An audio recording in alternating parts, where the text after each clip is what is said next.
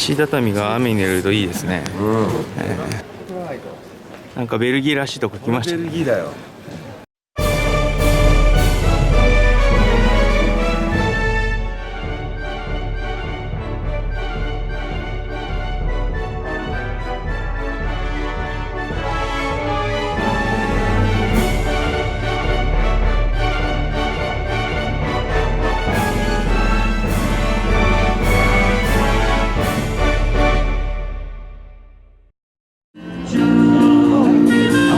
船乗りたいですね。ねえ。すごい。みんな陽気だな。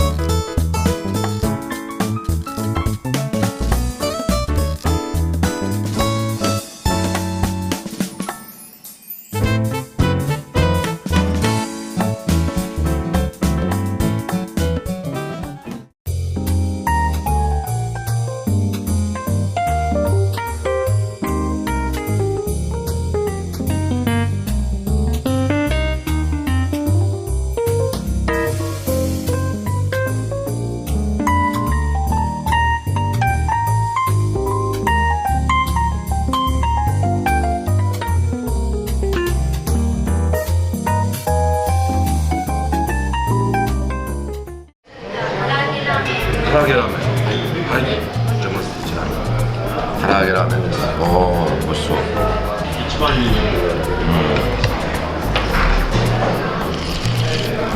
シンプルな醤油ラーメン。まあスープ自体が本当に油が少なめなので、これでこう油分が足されるというかですね。そういう役割を担っている感じがしますね。本当にこうちょっと見てもらってもあれなんですけど、本当に油が浮いてないこうあっさりした醤油で、まあ、日本のラーメンでいうとこう懐かしさがあるような味わいですね。麺は美味しいね。やっぱり蒸し上がった麺だからマッシュルのが美味しそう。味噌ですか？味噌豚美味しいね。豚美味しいですか？味噌もね、あっさりだね。あっさりの味噌。ある意味やっぱりヘルシーですよ。1週間まさかベルギーで冷やし中華を食べると。1週間始めましたの神はなかったですけど買ってなかったですけど、ああ本当に日本ではないです。醤油だと。ここ数日暑いんで冷やし中華うまいですね。本当になんかいいですね。これは牛丼です。牛丼まさか牛丼がベルギーで食べられるとは。日本の牛丼よりも、ちょっと違うけどそぼろ感覚みたいな感じるかな。切り方が違う。しぐれ煮でしたっけ？今日逆になんか日本でこれやったらウケるかもしれない感じがします。ないですよなかなかこ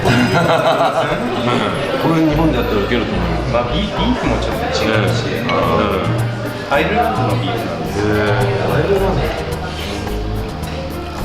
これ中抹茶ですよ。こんなのあるんですか。これは雪みたいな。美味しい。こんなに種類あるんですね、雪みたいに。いや、もっとありますよ。あるか。日本のデザートってあんことか、大福とか、そういうもんなので、ヨーロッパ人はちょっと苦手。だからこちらはね、アイスクリーム。これはわさびで、こっちがジンジャーです。ジンジャーわさび。これはあるじゃんだって。生姜とがってなんか。すごいわさびですよ。ベルギーでチョコにわさびとジンジャー入れてるチョコがあるんですよ。だから多分そういう意味でも認知はあると思う。わさびで。これ面白い。わさびだ。Well, we've had other Japanese restaurants where they serve ramen, but this is our favorite. They seem like they're more specialist here, you know? We like also the atmosphere. We like the atmosphere. I like it that number one, that it's very healthy. It tastes really good and it's healthy, so you don't feel fat and gross afterwards. That for me is the most important. I like it because it's a combination of many things. You have the broth, and then you have the meat, and then you have the noodles, and you have some vegetables. So it's a combination of everything, and I like it for that reason. 天井が高いから濃いブラウンを塗って濃い色を塗るとやっぱり低くなるんですよ、ちょうど天井がね。でそれをやってる最中にちょっと学校に見えるな、黒板に見えるなっていう。でやっぱり黒板といえば勉強のことも考えるし、教育のことも考えるし、ヨーロッパ人にとってもいくらレストランお店であってもやっぱり教育の一部だと思うんですよ。あそこのあれ見るとね、東京とね、そうね、これは結局母にチョークをあげて、お母さんがくれたんですか。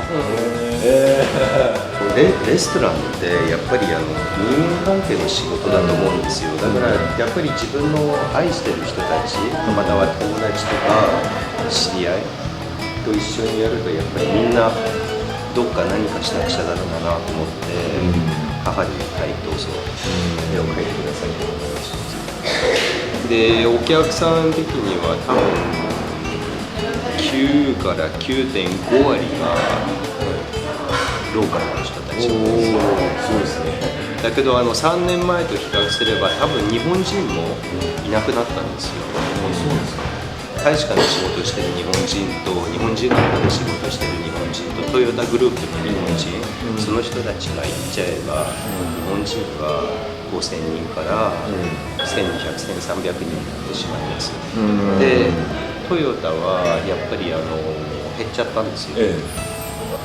でもともとからやっぱり日本の美味しいものをヨーロッパ人に食べさせたいという目的を持ってたからやっぱりローカルの人間が来てくれて本当に嬉しいです。ヨーロッパはやっぱりみんな日本の食べ物はお寿司だと思ってるんですよ。それしかないと思ってるけど外国人だ、ヨーロッパ人または中国人、韓国人がコピーしてしまうんですよ。だからお寿司屋さんがめちゃくちゃたくさんありますけど、だからさっき言ったようにブルッセルだったらラーメン屋が4軒しかないけど、4軒しかないけど寿司屋さんだったら30軒、40軒、50軒もあると思いますよ。いろんなところで売ってます。でその中で美味しいものも美味しくないものも。ただベルギー人って何が美味しいかというのはまだ分かってないと思うんですよ。だから、僕たちはこの店の責任はラーメンを、できるだけ、日本と似たようなものを作らなくちゃならないという責任を、ベルギービールってこれ全種類違うんですか？これは今のところ。全部違いますね。これがこの2つは同じですね。これ昨日飲んだ。そうですね。ヒューガーデンファイトとその酵母が入ってるやつで、それが一番ポピュラーで軽い感じがします。これがポピュラーなジュピラーとかっていうやつですか？こっちのこれはそっちはちょっとコクがあるタイプ。ブッフェ。なんかイギリスの紅茶みたいになんか香り付け、ビールに香り付けをしてるって感じですよね。この濃いやつですか？これもなんか甘みのある、フルーティーな感じしますよね。仕込みの時に麦を焙煎したり、そういうので香り付けてる。そういう味だね。ちゃんとロゴ入ってますね。じゃあもう会社によってこういう決められてるんですね。決められてます。どのグラスがいいかって。さすがベルギー。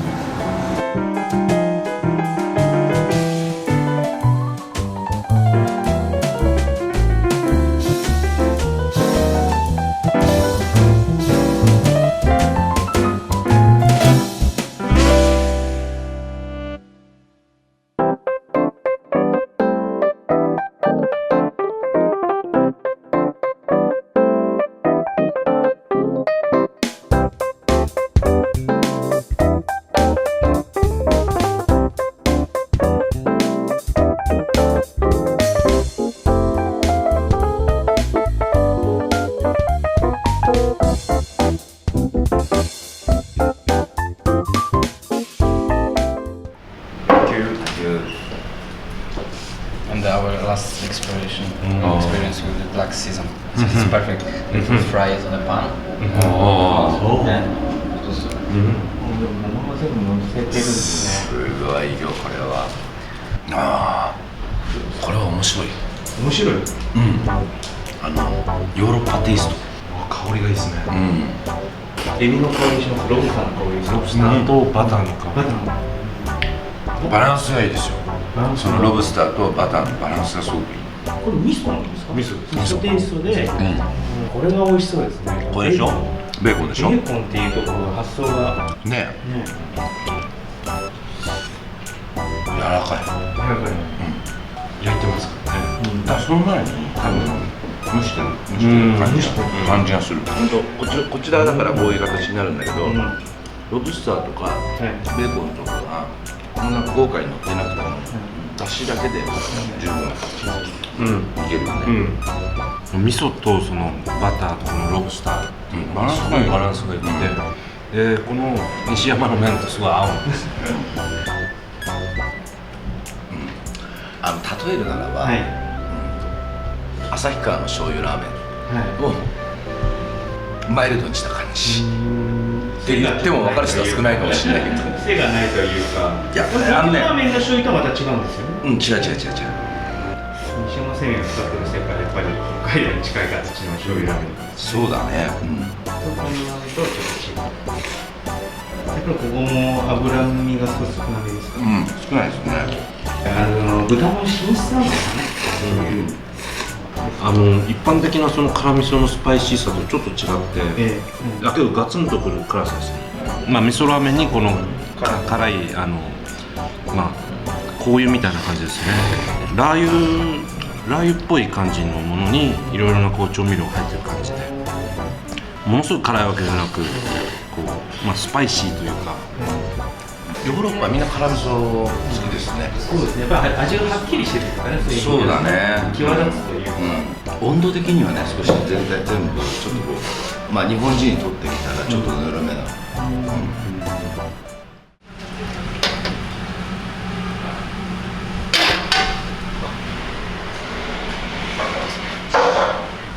セロリ野菜のスープっていう感じと、昆布の感じが。昆布の味ってします？する奥行きで。7番よりも生姜の味は弱いの。7番生姜の味が強い。そうですね。動物系より野菜が変わってきますね。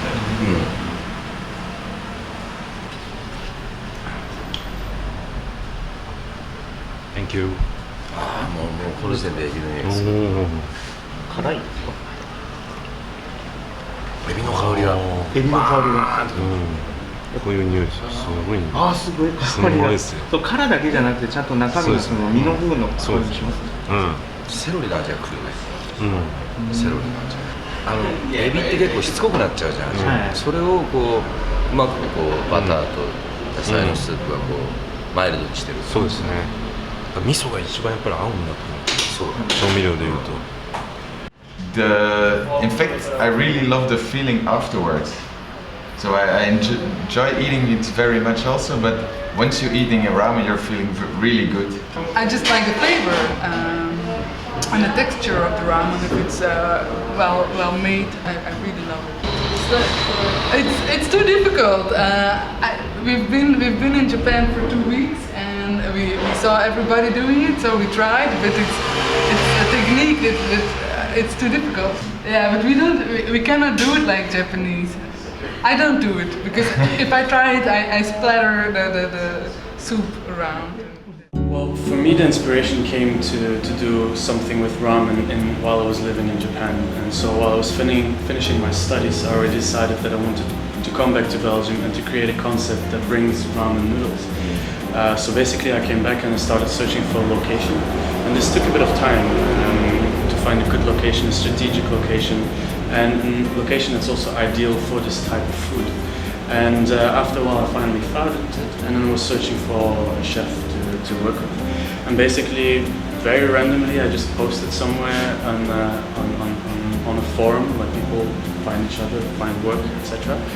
And that's how I met Michael. And what I thought was really interesting about Michael. Not only he had a lot of experience in kitchens and even in management positions, but what really struck me is that he founded or co-founded a chapter of the Slow Food Organization of the north of Poland, and that is something that I really wanted to get, that I thought was really interesting, because that showed me that he was really into quality food and not just any type of food.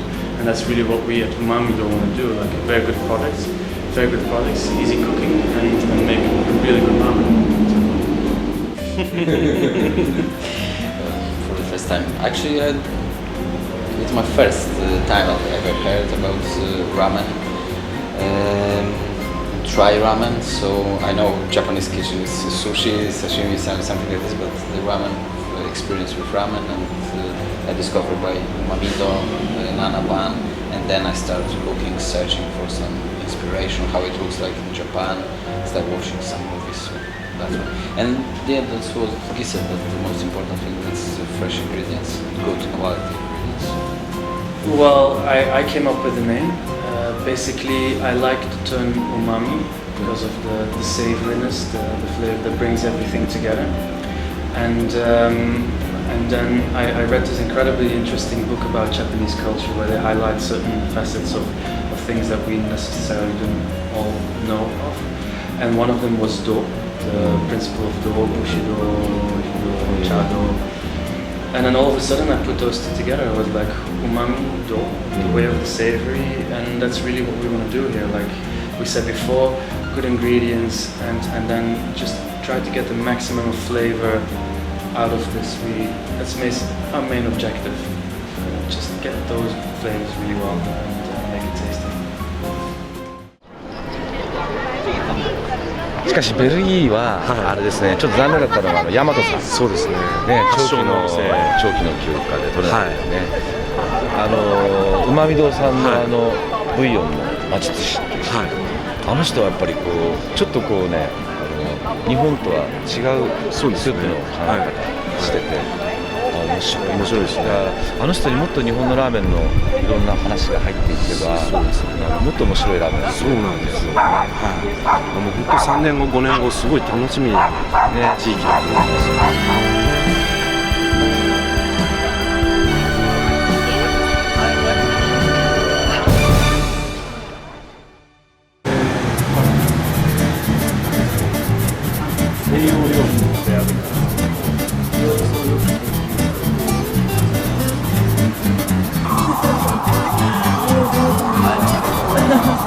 Thank you.